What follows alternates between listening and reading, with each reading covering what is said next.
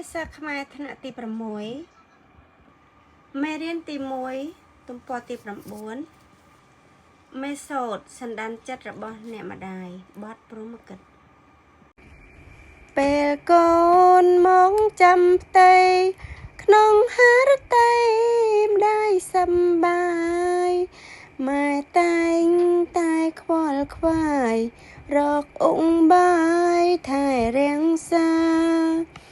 ធ្វើអ្វីតែងប្រយ័ត្នមិនឲ្យភ្លន់ខ្លាញ់ប៉ឹងពីឲ្យកូនបានសុខជាម្ដាយធានា